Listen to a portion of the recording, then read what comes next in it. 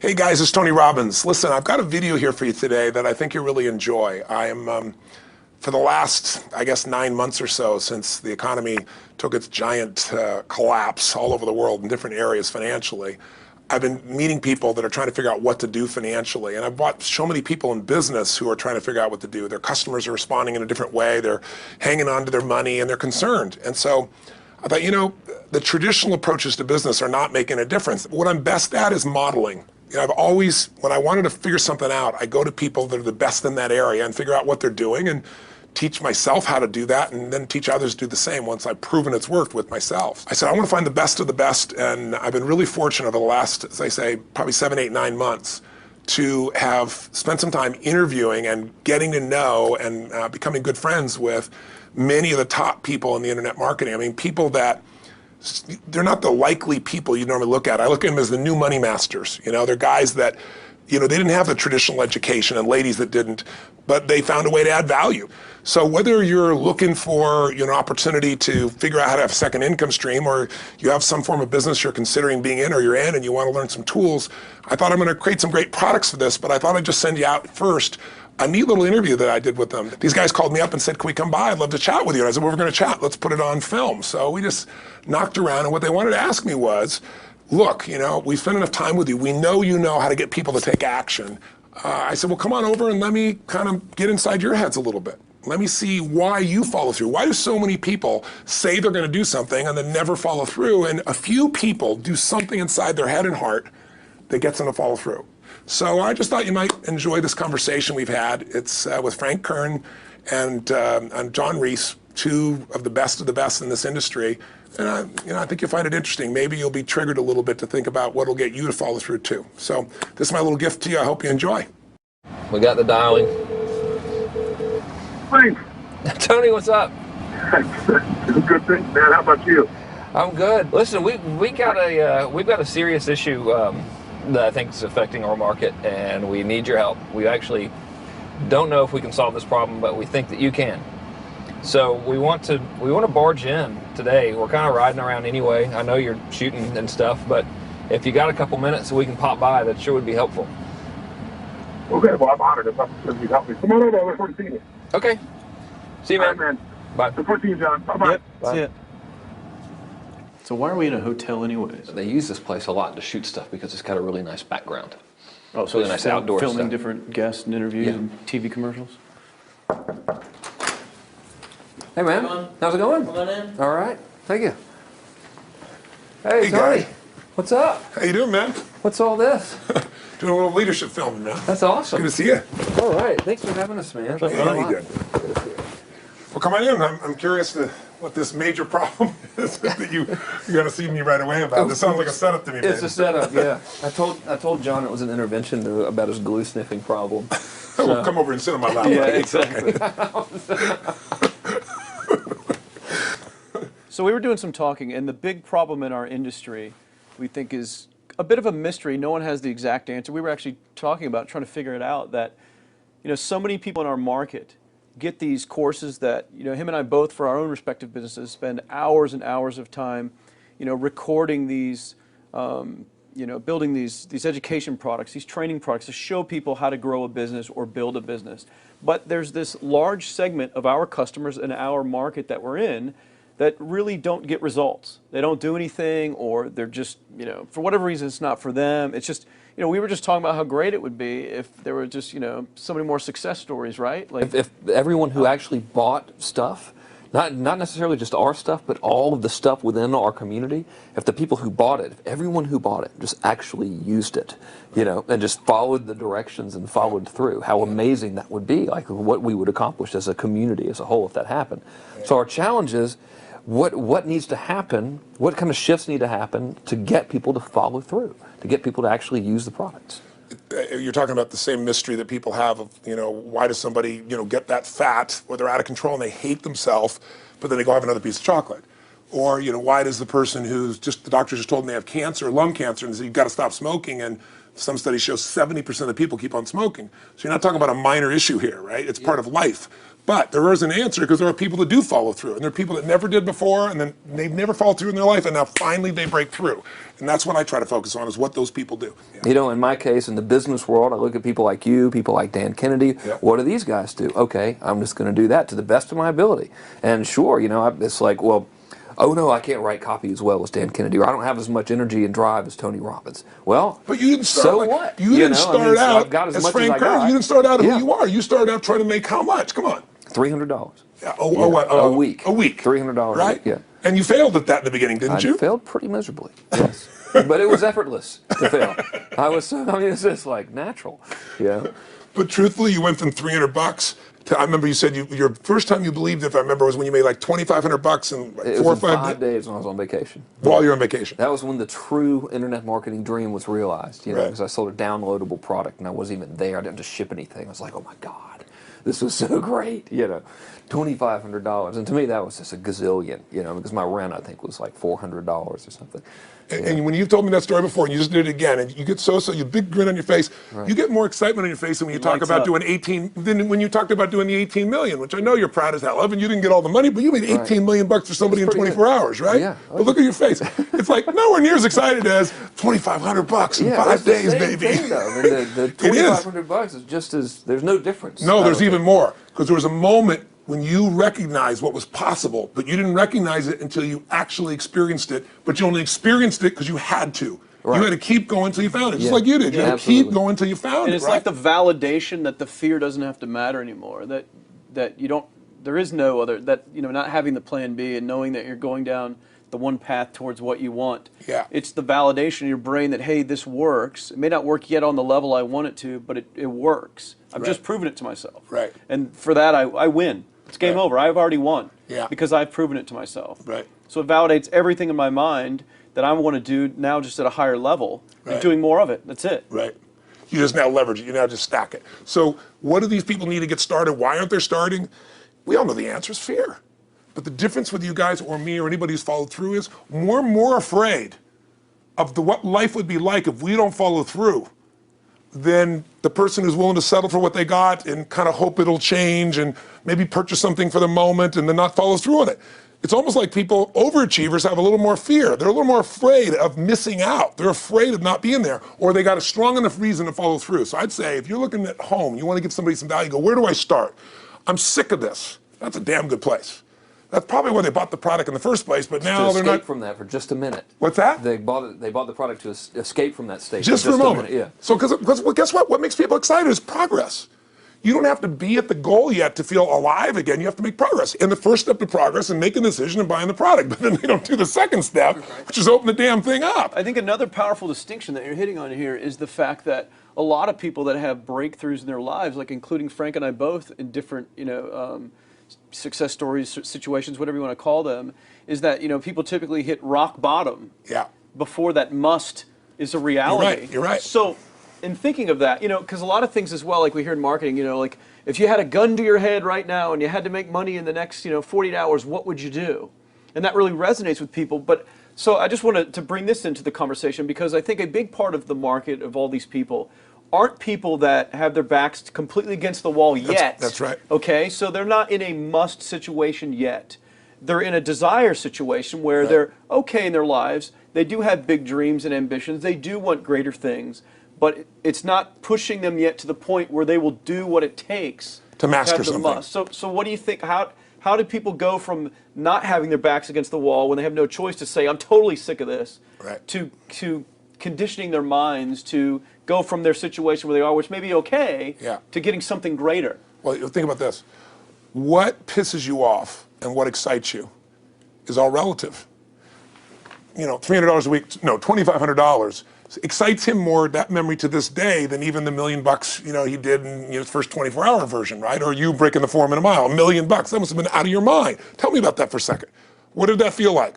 You make $1 million in 24 hours. Nobody in history of the internet's done it. Euphoria. Yeah. It was unbelievable. What was your? It wasn't even about the money. That's exactly right. That's exactly right. right. It wasn't really about the money. No, it wasn't. I wasn't thinking like, oh, that's how many cars I can buy. No. It just wasn't. It was just breaking through like another barrier of progress.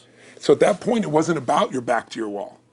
at that point, what it was really It was about. a further point for my fear, is what it really was. Further point for your fear, and for some people, and I think in some cases, it's also a recognition of who I am and what I'm capable of. So for somebody whose life is already great, this is about, what if I could take on another skill that could create more freedom for my life? And just saying, I'm not going to go out and try and do it all perfectly right now. What I'm going to do for the next 8 weeks, I'm going to create a little ritual. I'm going to do one thing a day to condition my mind, right, so that I get strong, so I follow through. I'm going to read something. I'm going to listen to something. I'm going to immerse myself. I'm going to go for an intense jog, or I'm going to go lift weights, but I'm going to do it consciously to get in a state where I'm going to follow through. That's number one, because people follow through when they're in state. Second, I'm going to get clear about why this is a must for me. It's not because my back's against the wall, but because I want to master an area of life that could create some freedom. I'm not going to master it overnight, but I got the system, I got the plan. I'm going to do one thing a day. I'm going to work on one subject a week. This week's going to be about figuring out what the right product or industry is. Next week's going to be basics of building traffic. And each week I'm going to make a little progress, and I'm going to get to a goal, whatever that is. I'm going to make $1,000, my $300 in a week. I'm going to get to my $2,500. That first $2,500 is the most excited. Unbelievable. The first $300. I remember It's the most life-changing, too. It is the most life-changing. I remember I was supposed to be a truck driver, making $24,000 a year because I'd be making the most anybody in my family had ever made. How'd that work out for you? Yeah, real well. Thank God I'm not driving a truck, right? I think you could pull the truck. I figured out I could like, pull it with my finger, man. I could do it with my teeth. I could pull it with my teeth, right? 36 grand a year was the goal. If I could make 3 grand in a month. When I did that, I was out of my mind. And then it was like, could I make 10 grand a month? Then it was 10 grand in a day, then 100 grand a day. Then could I make $1 million in a day? I had a day where I made $400 million in a day. The stock value of the company I took public, my personal stock. But it was probably after I did it, though, so it doesn't really count.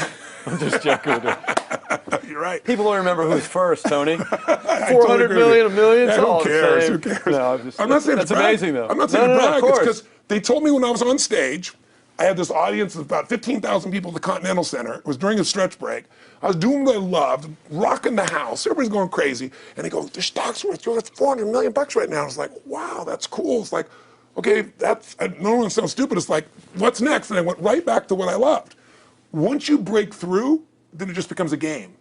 The people that are getting your products have not yet broken through in most cases. The breakthrough happens by conditioning your mind every day, by feeding it a role model or story. It's putting yourself in a peak state where you follow through by getting physically strong. It's creating a little ritual of doing a little bit each day, and then you get momentum. But the most important thing of all is what we started out with. Why? Absolutely. Why is it a must for you? It doesn't have to be you're against the wall, but it has to be something you're hungry for, because the only difference in people is hunger. And if you're not hungry, get around people that are hungry and something will hit you. You watch a conversation, you get around people that are doing better, and all of a sudden you start going, my life sucks. I remember I went to a guy in LA. He's one of the most multi-billionaire guy, I'll never forget. And I lived in the Del Mar Castle, and I was really proud. That was like the symbol of me having taken myself from being poor to providing for my family this great place. It's built from castles in Europe overlooking the ocean, not far from you. And I went to this guy's house. He's a billionaire. He took me down to his wine cellar. I don't even drink wine. Went through this whole thing. At the end of the night, I was depressed. I lived in the Del Mar tenement, as far as I was concerned. I really was. I was like, I live in a crappy place, and all my standards changed. All of a sudden, I wasn't willing to settle for living that. All of a sudden, my back was to the wall in a different way, because as a man, I knew I was capable of more. So people can change their standard by getting around where it's better. People can change their standard by getting associated with what's true, like the bills they got to solve, the problems they got to do it. Or they can do it because they're excited because it's something new they want to take on. Everyone's different, but they got to find the why, and they got to come up with some daily rituals to get them going, and just do a step at a time. That's where you get momentum. Awesome. That is awesome. So, think about what's the holy grail between somebody taking action or not. It's one word: certainty. When somebody is absolutely certain, the common word is believe, right? But you can believe at a general level, or you can believe with certain. When you're absolutely certain that if I do this, it's going to get that result, and that result's going to change my life, you'll do it. When you think it absolutely is not going to work, you're never going to do it. The middle no man's land of maybe it'll work, maybe it won't, that's the piece that kills people, right? So if it's a must for you, you got to make it work, right? In our case, right? That's an example. If it's not a must for you and you're not sure, you don't know what to do. So years ago, I'd look around and say, okay, how do people get themselves to follow through that haven't been following through? What's the difference? And I started interviewing hundreds of people, literally, and eventually thousands, because I had thousands of my events. So I'd ask the group to give me their feedback. And I came up with this model. It's like the holy grail of belief, or the holy grail of momentum. It's like the difference between what makes the rich get richer and the poor get poorer, right? And the difference we all know is mindset, but like, how's that built? So this is what I did. I created stupid little 4 little boxes, and I'll scribble it here for you. You think about the first thing that determines whether you can do something or not, and I put that in this first box at the top here on the left side, and it's potential. Like, what's the potential of a human being? Like, when you guys started, you proved something no one had done in history. You ran the 4-minute mile, right?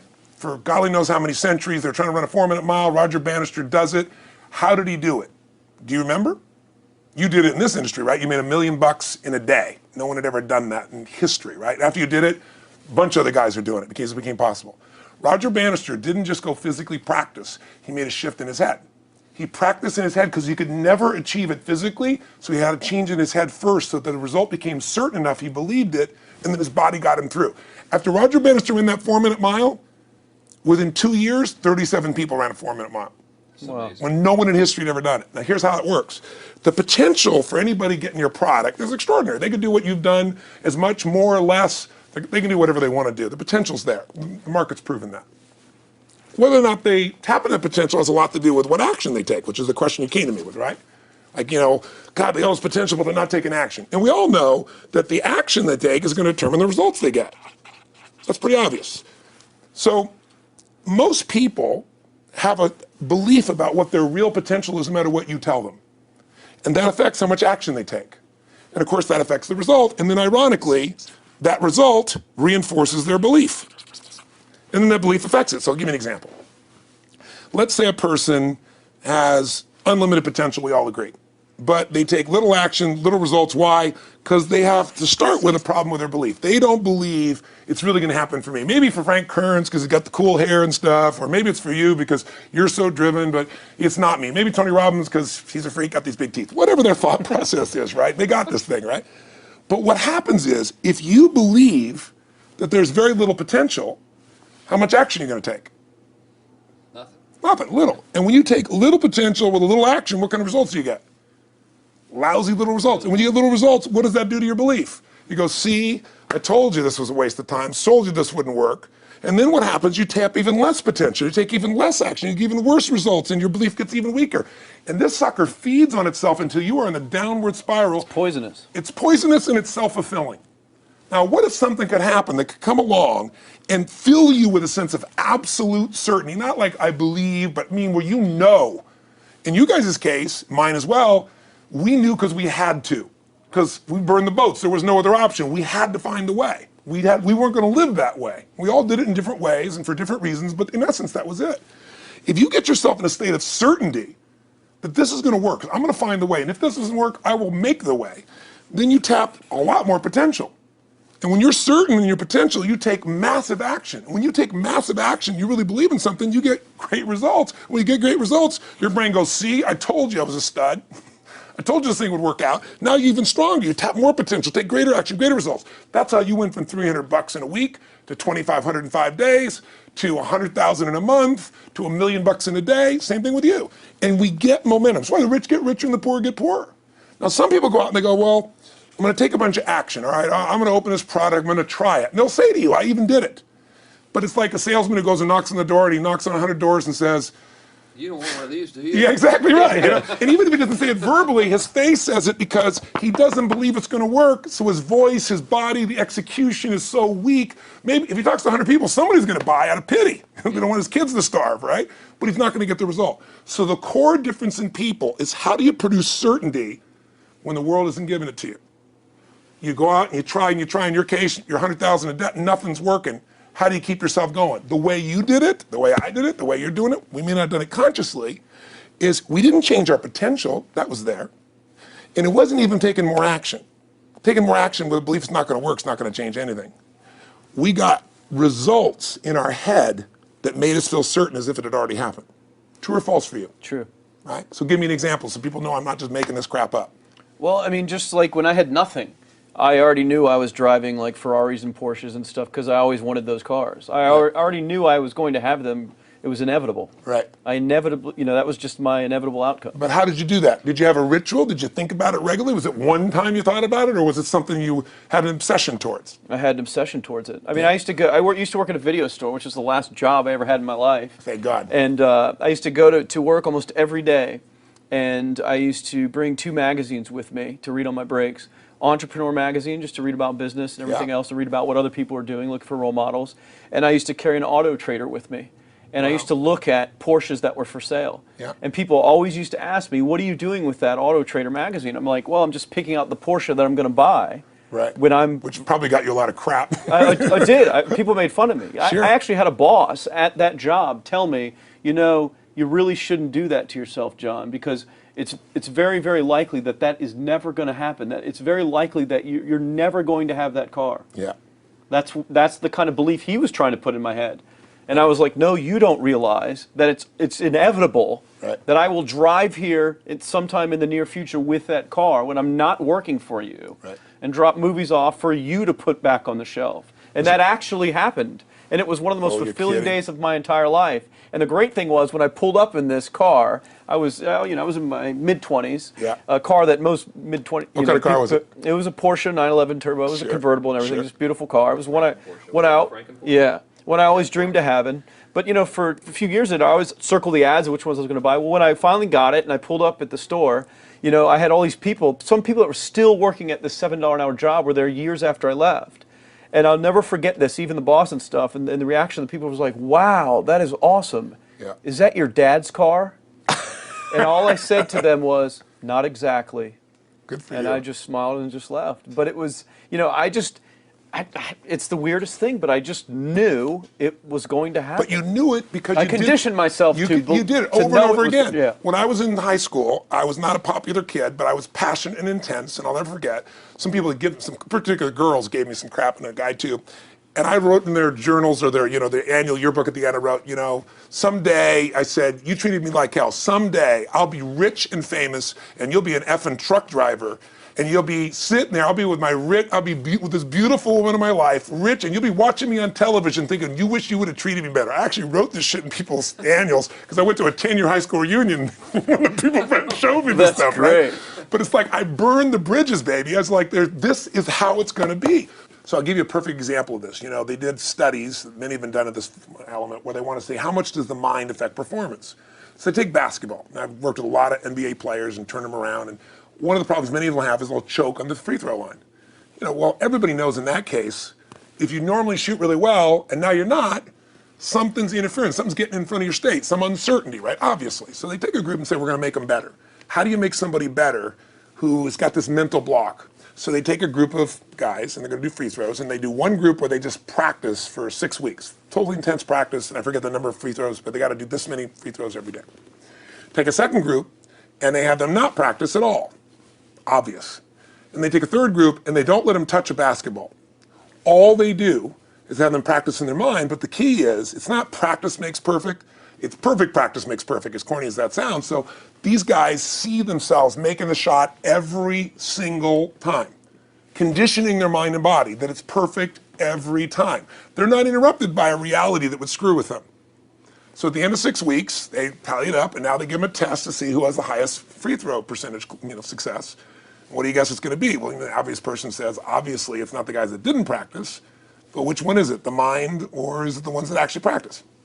I'm assuming the mind. Yeah, you would assume it because it's true. Right. You intuitively know the truth, that practicing's not enough. It's getting yourself so certain so many times that now when you go to do it, there's no hesitancy and you execute.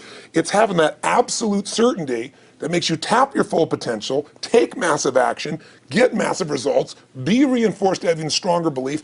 This is what makes somebody a star at anything. It's like Jack Nicklaus, the golfer. Yes. He visualized every shot and where it was going, landing right where he wanted it before he ever hit it. Every single time. And what do most Every golfers single do? time. They just take a practice swing and they kind of hope for the best and point in the right direction and hit it. And some of them, if they've had some bad hits, what are they really focusing on? What I don't want to do. Exactly, exactly. And that's the same thing here. So I'll show you a little stupid little physical technique for this. So stand up for a second. You guys gonna do this with the camera, show them? So try this for a second. So just put your feet together and then put your right index finger straight out in front of you like this, okay? And all I want you to do is I want you to just turn clockwise comfortably as far as you normally turn. Just notice where you naturally stop. Go ahead and turn clockwise. People at home can do this too. Keep your feet straight. Notice where you stop. Come back around to me. Back around to me. Pretty good. Okay, good. Yeah, you're really good at this, right? Drop your hand. Now let's do something really simple. Close your eyes And you don't even have to visualize, just feel. I want you to imagine your finger coming back up again. And this time, see and feel it coming up. Don't actually make it happen, but feel like it's happening. Imagine in your mind that you're actually doing it. You're seeing it, you're feeling it. And then make it like a game where you turn twice as far this time. Like you're a little kid, you know, somebody measures you and you go, I'm taller, come on, measure me this week. And that desire to do a little further. And then in your mind, do it again. Your feet are straight together, and in your mind, feel your finger coming up, see it coming up, and imagine going 3 times as far this time. And then one more time, bring your finger up, and you're like an owl. Your feet are straight, and you turn all the way around, and it comes all the way around to the front. See it and feel it and enjoy it each time, like it's a game, like you can't wait to go further. And you know you do, every time. And then when you can feel that, and it feels good, then open your eyes, and now put your finger straight in front of you, and turn as far as you can comfortably, and see what happens this time. Go. Break my back. Now notice, I don't know if the camera's got it, but you don't even have to ask the camera. You can ask yourselves. Come back around. Did you go further this time, yes or no? A lot further. A lot further. 50% further. 50% Yeah, further. How much further for you? About the same. Yeah. The average person will go 25% further. Now here's the question. Or superior. Or superior pointer. There you go. It's You know, superior right finger pointer. Thank God. So, did you have the potential to turn as far as you did the second time, the first time? Yes. Why didn't you? I didn't believe it, I guess. We have beliefs about stuff we don't even know we have beliefs. You have an unconscious belief about how far you can turn comfortably. The first time I did it, when I pointed straight back, Yeah. I thought that probably shouldn't even go that far, like it was going to hurt me, or that Yeah. I wasn't capable of going any Yeah. farther. It's like, And how much further did you go this time? And the camera knows pointed over there, That's about over exactly there. right. Now here's the difference. The potential was there the first time, and you took action, and you got a result. But it was 50% less than what you did later on, and the only difference is they changed your belief. How did I change your belief? We didn't work harder on your potential. We didn't take more action. I got you to see the result in advance. I got you to see it vividly 2 or 3 times, that's all. Of going further, and then your brain went, oh, I know what to do. Boom, it went there. Isn't that what you did by looking at your cars every single day and envisioning it? I mean, isn't that what you did when you created whatever the vision was? It was $300, $2,500, $1 million in a day? Yeah, that's what's missing for these people. They're not getting that execution is everything, but it doesn't happen if you don't get the psychology set of a state of total certainty. And you just change that 50% in 3 minutes worth of visualization. And visualization is only one technique. Because I was like losing my balance with my eyes closed, because I was kind of like lopsided. So I got one good visualization in. The rest of the time I was like, I sure hope I don't fall down on camera with my eyes closed. It's going to look really dumb. I'm going to have to do it. So you don't even have to be good at visualization. You can still get the improvement. So I want you to get, you ask the question, what is that difference in people? This changes people's certainty. People are uncertain they're going to succeed. They want it, but they're afraid.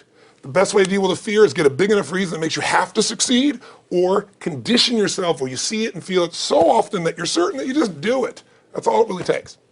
That's awesome. You know, this worked. I was thinking of this while you were talking about going to the Sit down so we can hear, hear this, and we'll go. You were talking about working in the video store and looking at the Porsches and stuff. I used to drive around in my car, doing the cold calling with the credit card machines. And one way that I would avoid cold calling, the pain of like cold calling and knocking on doors and everything, would be to listen to your stuff and listen to Jim Rohn's stuff. And wow. Just drive around, no particular destination, just to listen to it. And strangely, I still like to drive around. I prefer to listen to that stuff in the car for some reason. It's because it's where you got imprinted. I guess. I mean, it's like, well, I'll just drive up and down the coast and check out the ocean. Yeah. So I would drive around, and I would envision myself holding those types of seminars and teaching people that kind of stuff. And 3 weeks ago, I was teaching a seminar in San Diego, and I was talking about beliefs and envisioning things, and I had to stop. And I shared with the audience, I was like, you're not going to believe this, but I actually used to envision this very moment of me talking to you right now. So it really, really works. Definitely works. Makes a difference, I'd say.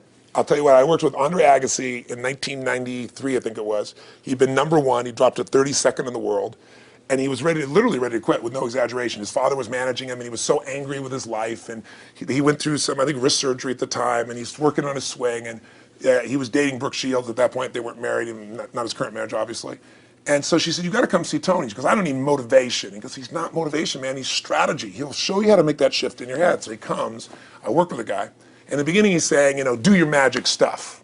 Like, oh, yeah, great, thank you. And I said, tell me, if you ever hit a tennis ball perfectly, and I'm trying to get him in the zone to remember that time, like you visioned, where he was perfect at it. He goes, of course I have, and I get him vision over and over again. And finally, he's in the zone. He's feeling that again, right? He's seeing it, and he's feeling certain, and the swing is going perfect. And I said, how's that feel? He goes, it feels perfect. I said, but are you thinking about the swing? You're not thinking about the swing. You're not thinking about how to do it. You're just seeing the result you want so vividly that it's there. So all I did was train him how to go in that state over and over again. He won the next weekend. The second weekend he came in second. Within 6 months, he was #1 in the world again. And he gave me unbelievable credit. But all it was conditioning the mind. You did it with tape, so did I. We were just talking about this earlier, Pam and I used to go when I was 17 years old down to downtown Los Angeles, this place called Night Education, K-N-I-G-H-T, like in the night. And I'd save up all my money, work as a janitor, and I would get these tapes and listen to these things over and over and over again. I went there for years, and I didn't have enough money, and I leveraged everything I had, but I knew how to train my mind. It's the one thing I knew how to do. This man's name was Mario. I saw him in his 80s. You know, he obviously knows how my life turned out and was very proud of the role he played in that process. He used to tell people the story. This guy's the real thing. He didn't just start out this way. This is how Tony did it. He listened to these tapes. He conditioned himself, right? This is the real stuff. He passed away a few years ago. I'm calling his house, and he passed away, and his daughter was there, and she wanted to share with me that how I touched his life and so forth. But the best thing was, I thought, you know what? I want to get those tapes. I want to get that stuff that conditioned. You know, I want to go back to that moment like you did of, you know, that moment was visualizing, now I'm living it. And she said, he left all this in his will to you. So I have all these tapes now that are from the time when I originally went through, and like I'd go to sleep and I had these sleep tapes that conditioned my mind to believe that I could succeed even when I was sleeping, or to build energy in my body. And anybody who wants to succeed has got to know it doesn't just happen. You can buy a product, but you also, with that product, have got to condition yourself. You got to make it a must, and you got to get a ritual. And if you do it, whatever you used to dream about you thought was so huge, you'll just live it. You'll live it like you lived this yesterday, like we're all living the life that we envision. Because we had to, and because we played this game with our head. We got the belief to be real by seeing it enough times and feel it enough times till our brain believed it, and then it made it happen. Which raised the potential, which made us take more action, which got us better results, which raised our beliefs again. That's right. And then that's why the rich get richer and the poor get poorer. So instead of bitching about it, change it. And this is how you change It's like a self-fulfilling prophecy. Completely. It's pretty easy to change. Just that one simple exercise was amazing. I'm still like, holy crap, you know, I wonder what else I can do now. But look what most people do. Most people do the opposite of that, right? They get the product or they think about doing it, and what do they envision? It's not working. That's Yeah, right. the excuses. So they vision it not working. As soon as they envision it not working, they feel uncertain. As soon as they feel uncertain, how much potential they tap? Little, if anything. And so they send back your product, and they listen to the damn thing, you know? And guess what? What does that do, by the way? They make that as another lousy result in their life. I didn't even follow through on that, and they believe even less. This process is the Holy Grail. It's where the whole game changes, and anybody can do it, and they can do it in a few minutes. And if they do it a few minutes each day, then they get a different life. They do it a few minutes one time, their life changes for the day. We're defined by our rituals. Everybody's got rituals, certain things they do every day. And what we three have in common, and anybody that I know of who has a life that they're living that was once a vision, is we saw it again and again and again, even when it didn't work, even when you lost 100 grand, even when I'm working as a janitor, there's something we would not give up on. And if somebody watching wants to change their life, they got to decide what they won't give up on, and then put themselves in the state of momentum by a couple little rituals. That's all it takes. And I think especially when it comes to anything related to making money, like making money products or promises or courses, people are so inundated with scams and all this garbage, true garbage, that, you know, their natural thinking is that they're so skeptical. It's like they fall into the conditioning of, well, if anything's ever going to work, that thing has to prove it to me before I believe anything. So when they go to approach the thing to make more money with, they're like, well, I'm starting at zero, and this thing has to prove to me that it has any potential at all before I believe that it will. Don't you agree with that's the case? Unfortunately, I agree it's the case, but here's the truth. When somebody says to me, in my business, even more, because a lot of people think I'm a motivator. I hate that term. That's never been what I've done. I do believe in energy, and I'm passionate. You know, they see 10,000 people in a room rocking, they go, oh, he's motivating them. I believe in peak state. You get a top athlete, you get in a concert, and you get in state, right? The problem is, to defend themselves so they won't be disappointed again, they lower their expectations. So someone will say to me, well, I'm skeptical or I'm pessimistic. And my response to them is, no, man, you're gutless. It takes no guts to be skeptical. You don't have to have any capacity to be a critic. And now with the web, you don't even have to own that you're the one being the critic. You can burn somebody and, you know, anonymously, right? I said, you know what? It takes guts to believe. And if you think something's going to do it for you without you putting your guts on the line, you might as well forget it right now. So this idea that I'm skeptical or they got to prove it to me, it's the biggest lie. What that really is your fear talking. You're so scared of failing, you don't even want to get your hopes up. And if you don't get your hopes up, you might say, well, what if they get their hopes up and somebody gets disappointed? How many disappointments have we experienced in our business careers and in our lives? The difference is some people take disappointment and let it destroy them. Other people take disappointment and let it drive them. And you get to choose. Are you going to turn this thing into why it didn't work and a bunch of stories and excuses? Or are you going to take this thing that didn't work and figure out what are you going to do to make it work? And it may not happen the first time, the second time, the third time, but the people that are relentless find the way. And it's the common denominator in all these guys that are kind of our friends or family, money masters, the new money masters is they all did it with will. Nobody here inherited this stuff. Everybody figured it out and keep figuring it out. And it's going to keep changing. And you say, you know what, 1% of 99% of the money being made is being made by 1% of the people because only 1% of the people will condition their mind and condition their body and follow through some daily rituals. The rest will tell a story about why it didn't work, how it wasn't their fault. And you got two things in life. You got results or you got a story, And too many people think that that 1% is somehow entitled to it and they're not, which is, it's just all in the head. It's all in the their head. belief. It's all in the head, which can be changed with some conditioning. Basic conditioning. You just proved it to us. That's fun. That's why I made Get the Edge and Personal Powers, because I understood that from the very beginning. Originally it was 30 days, and years later people would say, I've heard all the great results and everything else, man, but I don't have 30 days, and I'd be behind the glass, focus group, watching these people want to shake them, like, you don't have 30 days to change your life, I thought, okay, I'll make it 7 days, just one, because after 7 days, you get momentum. I mean, think about it. When do people's lives change? In a moment. It doesn't change in 10 years. Your life may suck for 10 years, but there's one moment when your whole life changes, the moment you decided. When you said, no more, and I'm doing it, and you kicked yourself in the ass, and you made yourself go do something, right? When you finally said, enough, no more, I quit, or let's begin, or I love you, there's a moment when somebody's life changes. And that can be gotten in a couple of days. So people watching don't have to wait until they've mastered everything. They got to get started and do what's next, and just put themselves in a state where they start making some progress. Well, there it is. I think that's the answer that can help solve that problem with a lot of people. They'll just pay attention to it and do it.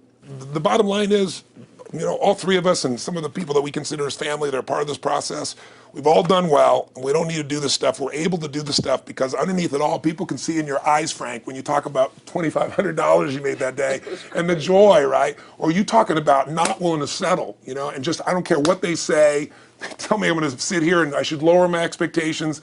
I'm going to be driving my car in here and they're going to be delivering a video to me. There's something inside of every human being that will make it click, that'll make it so that today is not like yesterday and tomorrow will be different forever. And that process is an emotional hook. And what I hope is people watching this stuff, maybe something in here will piss them off enough or remind them of something or say there is a plan and it isn't just luck. And if I just get my big enough why, and I get a little system for conditioning myself, and if I start to feel overwhelmed, I just do one next step. And I keep learning and keep moving forward, I will get there.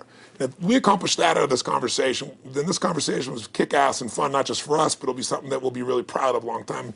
Whether that happens or not really has nothing to do with us, but whether or not people take it in as real and do something with it. I hope they will. I think a lot of people will. I think they will. Thanks a lot. I think it was awesome. Thank you. That's been a I blast. Appreciate it. your shoot here. Yeah, going back to the next one. Yeah. Thanks, guys. Thanks. Yeah. Thank Appreciate you. it. Really appreciate it.